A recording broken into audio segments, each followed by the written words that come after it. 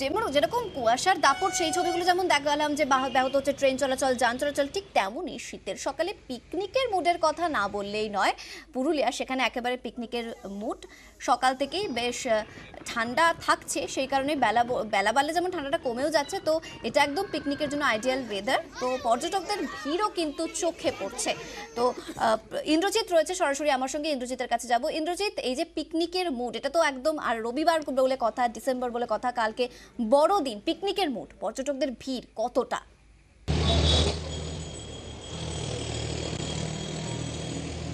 দেখো, পর্যটকদের ভিড় রয়েছে জেলাতে, এবং একদিকে যেমন পর্যটকদের ভিড় রয়েছে, আজকে রবিবার ছুটির দিন এবং বড়দিন, আগামীকাল বড়দিন।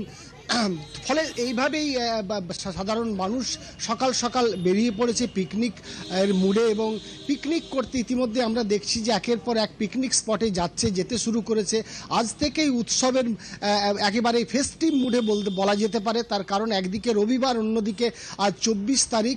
ফলে বড়দিনের আগে যেমন বড়দিনে সাধারণ মানুষ পিকনিকের মুডে থাকে, আজও পিকনিকের মুডে রয়েছে। তবে অমৃতা, যেটা লক্ষ্য করছি আমরা, তাপমাত্রা যে কনকনে ঠান্ডা বা জাঁকিয়ে ঠান্ডা, সেই ঠান্ডা এই জেলায় নেই। ইতিমধ্যেই 4 ডিগ্রি, গত কয়েকদিনের তুলনায় 4 ডিগ্রি তাপমাত্রা বেড়ে গেছে। আজ জেলার সর্বনিম্ন তাপমাত্রা 12 ডিগ্রি। ফলে যে ঠান্ডাকে উপভোগ করতে জেলার পর্যটন কেন্দ্রগুলোতে পর্যটকরা আসতো, সেই ঠান্ডা নেই। তবু কিন্তু পর্যটকদের ভিড় রয়েছে অযোধ্যা পাহাড় থেকে শুরু করে, এবং বিভিন্ন পিকনিক স্পটগুলোতে ইতিমধ্যেই যেতে শুরু করেছে পিকনিক করতে। অমৃতা, একেবারে রবিবার, ডিসেম্বর বলে কথা, পিকনিকের মুডে একেবারে পর্যটকরা।